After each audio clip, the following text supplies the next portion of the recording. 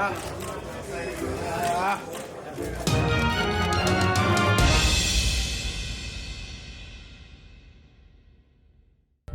Alvarez is seriously reported to be interested in fighting Sergey Kovalev this year.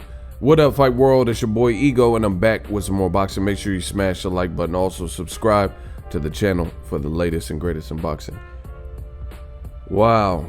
It looks like Canelo Alvarez is seriously considering or pondering a fight with Sergey Kovalev.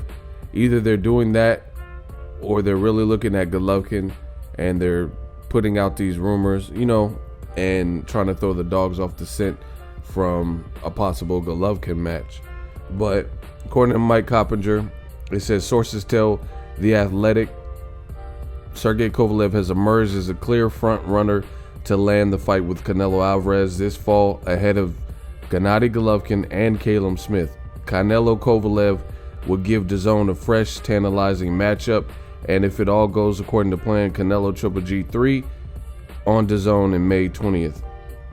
And it says Sports Illustrated Chris Mannix reported earlier that Canelo is zeroed in on Kovalev as an opponent.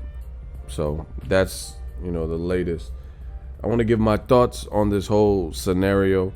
Listen, Canelo versus Kovalev is not a terrible fight.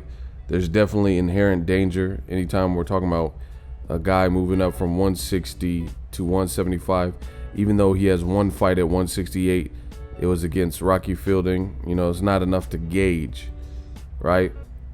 But I don't like this move.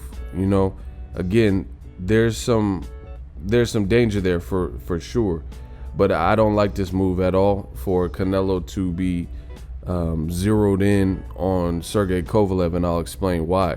Because to me, this is really cherry picking, and I know some people are going to scratch their head because I just said there's a level of danger, which there definitely is.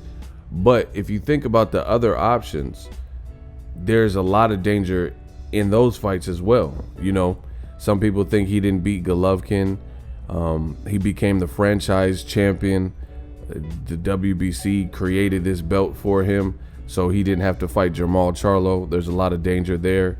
You had Demetrius Andrade. He said he wanted to be undisputed champion. So if Andrade wins tonight, then, he would have to go through Andrade to become the middleweight champion. And Callum Smith looked real good in his last fight versus Hassan Endam. So the commonality with all the opponents that I've named that are potential, guys that Canelo could face, none of them have been stopped. However, even though Kovalev's at 175, the fact of the matter is he has, in recent memory, in the last few years, he has been stopped. And he's been stopped not once, but twice. Andre Ward stopped him first after beating him. So that's 2 losses to Andre Ward. And he also was stopped by Leader Alvarez, and he avenged that. He avenged that loss and, looked good in the fight and outboxed Leader Alvarez. So my theory is this, is why would you go after Kovalev, right? The guy with 3 losses in a few years recently, even though he's a champion again. He just lost his belt and got it again. Why would you go after him instead of these fresh matchups that are more ready-made in your division? See, the only thing that I could think of is Canelo doesn't prefer those styles. So he's willing to come up in more weight, against the style that he feels he would fare better with, and he'd rather deal with the weight disadvantage, So I don't really like this move. Kovalev, again, is a good fighter, but so is Callum Smith. And Callum Smith beat George Groves in the World Boxing Super Series. He looked explosive and real good versus Hassan Endam on the Joshua Ruiz card. That was a pretty disastrous card for Matchroom, but Callum Smith, at least for Matchroom fighters, held it down and looked good. Whereas Katie Taylor, I thought she lost to Delphine Persoon's Joshua definitely lost to Andy Ruiz, etc. You know, Josh Kelly had a tough fight, but Callum Smith, he's the one out of all the Matchroom fighters that really shine. You know, Chris Algieri beat another Matchroom fighter, Tommy Coyle, on that card, but it was the Callum Smith performance that actually shined. And this is a person that they said they would want to fight. So why not fight Demetrius Andrade?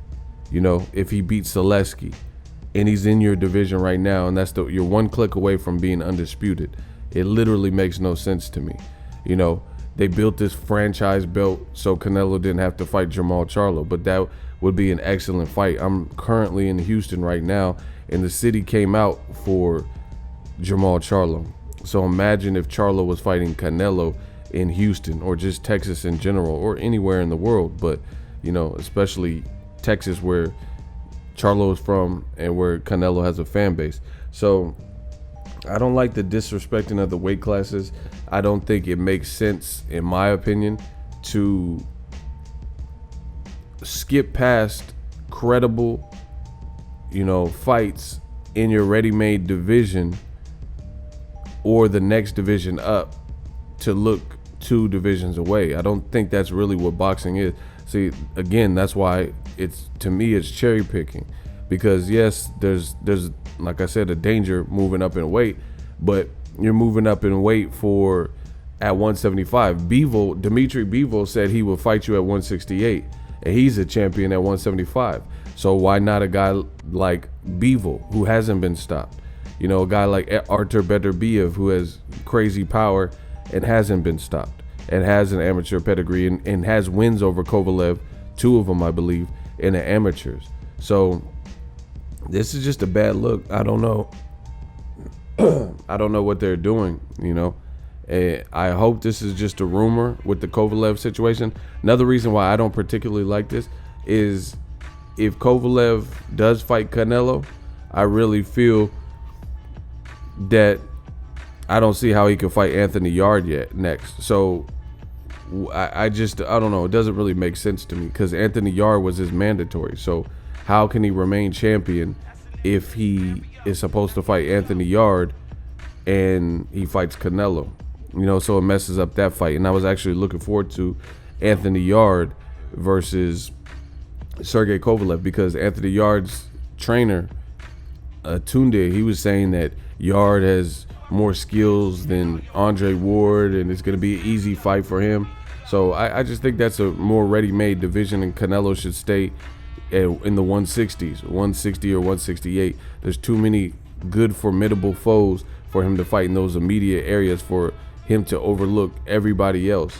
And it's not like Kovalev is this massive, huge money fight. You get what I'm saying? It's not like Shane Mosley when he moved up 2 divisions to fight Oscar De La Hoya. They were both from Southern California, and De La Hoya was a cash cow. So that made sense because he was blowing through all the lightweights and he moved up for this massive payday.